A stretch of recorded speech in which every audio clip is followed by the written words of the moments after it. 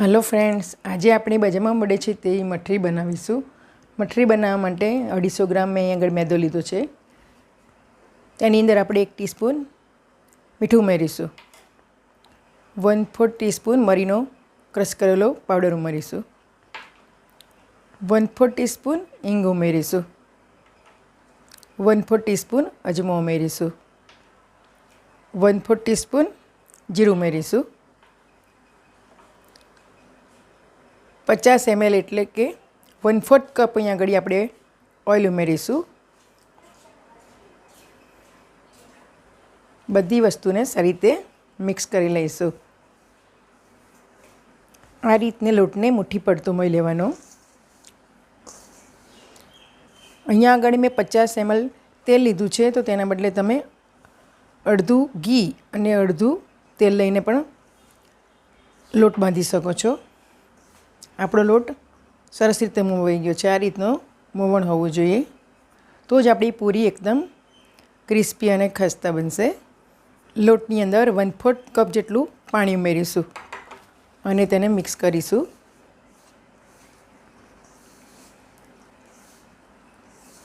લોટને એકદમ ઢીલો પણ નથી બાંધવાનો અને એકદમ કઠણ પણ નથી બાંધવાનો, મીડિયમ બાંધવાનો છે। લોટમાં ફરી 1 ટેબલસ્પૂન પાણી ઉમેરીશું અને લોટ બાંધીશું। આ રીતે મિક્સ કરતા જઈશું। ફરીથી આપણે 1 ટેબલસ્પૂન પાણી ઉમેરીશું અને લોટ બાંધી લઈશું। લોટને આ રીતે ભેગો કરી અને 2 થી 3 મિનિટ માટે મસળીશું, જેથી એકદમ આપણો લોટ સોફ્ટ બને અને આપણી પૂરી પણ એકદમ ફરસી બને। લોટને આ રીતે સ્મૂથ કરી લઈશું અને તેને 5 મિનિટ માટે ઢાંકીને રેસ્ટ આપીશું। લોટ બાંધવા માટે મારે 1/4 કપ પ્લસ 2 ટેબલસ્પૂન પાણીનો જરૂર પડી। લોટને રેસ્ટ આપીને 5 મિનિટ થઈ ગઈ છે। લોટને આ રીતે દબાવીને પહોળો કરતા જઈશું અને તેને આ રીતે કટ મારીશું અને આ રીતે એકબીજા પર મૂકતા જઈશું। ફરીથી પ્રેસ કરીશું લોટને અને આ રીતે ફરી લૂવું બનાવી દઈશું। ફરીથી આ રીતે લોટને પહોળો કરીશું। આ રીતે 2 થી 4 વાર કરવાનું, તો જ આપણી મઠરી એકદમ વચ્ચેથી ફરસી બને અને પોચી બનશે। ફરીથી કટ લગાવીશું આ રીતે, ફરીથી આ રીતે એકબીજા પર લોટ મૂકતા જઈશું અને આ રીતે તેને પ્રેસ કરીશું।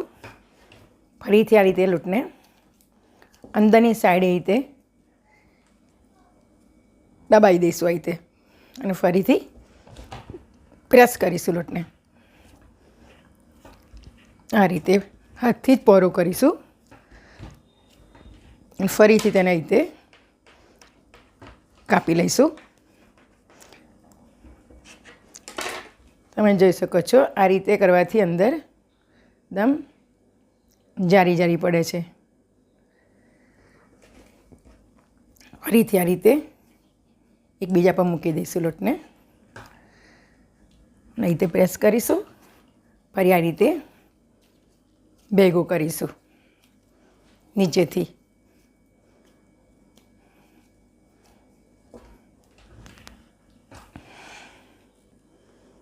આ જ રીતથી જો તમે મારી જેમ જ મઠરી બનાવશો તો તમારી મઠરી 100% બજાર જેવી સોફ્ટ અને પોચી બનશે। હું જે રીતે બનાવું છું તે રીતે તમે મઠરી બનાવજો। આ રીતે હવે તેના લુવા કરી લઈશું, નાના નાના તેને કટ કરી લઈશું। આ રીતે કટ કરી અને તેના લુવા રીતે બનાવી લઈશું। તમે મઠરીને આ રીતે પણ બનાવી શકો છો। આ રીતે અને તેને આ રીતે ચપ્પાથી કટાડવાના, જેથી મઠરી આપણી તરતી ગળે પૂરું નહીં। આ રીતે હાથની મદદથી તમે પ્રેસ કરીને આ રીતે આ ભાગથી પ્રેસ કરવાનું અને મઠરી બનાવી શકો છો. અને તેને કટ લગાવી દેવાના જેથી મઠરી ફૂલે નહીં. થિકનેસ આટલી રાખવાની. આ રીતે વણીને પણ તમે બનાવી શકો છો મઠરી. વણી અને રીતે કટ આપી દેવાના જેથી આપણી મઠરી ફૂલે નહીં. આ રીતે આપણે બધી મઠરી બનાવી લઈશું. વિડીયો પસંદ આવે તો વિડીયોને લાઇક કરજો.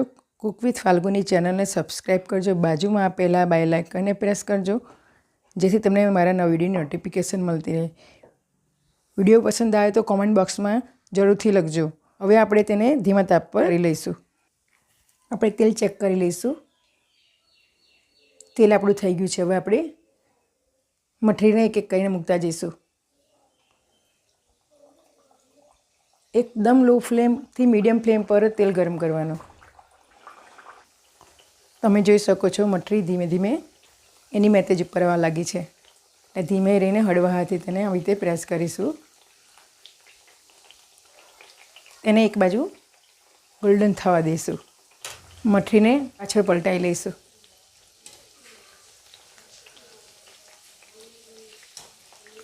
અને તેને એકદમ ક્રિસ્પી અને ગોલ્ડન બ્રાઉન કલરની તળીશું. મઠરીને તળાતા 4 થી 5 મિનિટ લાગશે. મઠરીને હવે આપણે પલટાવી લઈશું. તેને એકદમ ગોલ્ડન બ્રાઉન કલરની અને ક્રિસ્પી તળી લઈશું.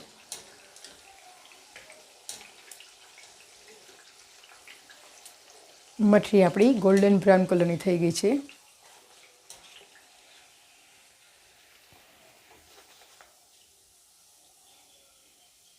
તમે જોઈ શકો છો. મઠરીને આપણે એક પ્લેટમાં કાઢી લઈશું.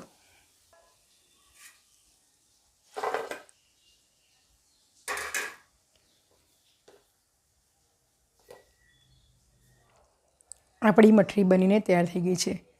તમે જોઈ શકો છો કે ઉપરથી એકદમ ક્રિસ્પી અને અંદરથી એકદમ સોફ્ટ મઠરી બનીને તૈયાર થઈ ગઈ છે. આ મઠરી બનાવવાનો તમે જરૂરથી એકવાર ટ્રાય કરજો. બજારમાં મળે છે તેવી મઠરી બનીને આપણી તૈયાર થઈ ગઈ છે. વિડીયો પસંદ આવે તો લાઈક કરજો, મિત્રો સાથે શેર કરજો. મારી channel Cook with Falguni A subscribe કરજો. બાજુમાં આપેલા બેલ આઇકનને જરૂરથી પ્રેસ કરજો જેથી તમને મારા નવા વિડીયોની નોટિફિકેશન મળતી રહે. બજાર જેવી મઠરી બનીને આપણી તૈયાર થઈ ગઈ છે.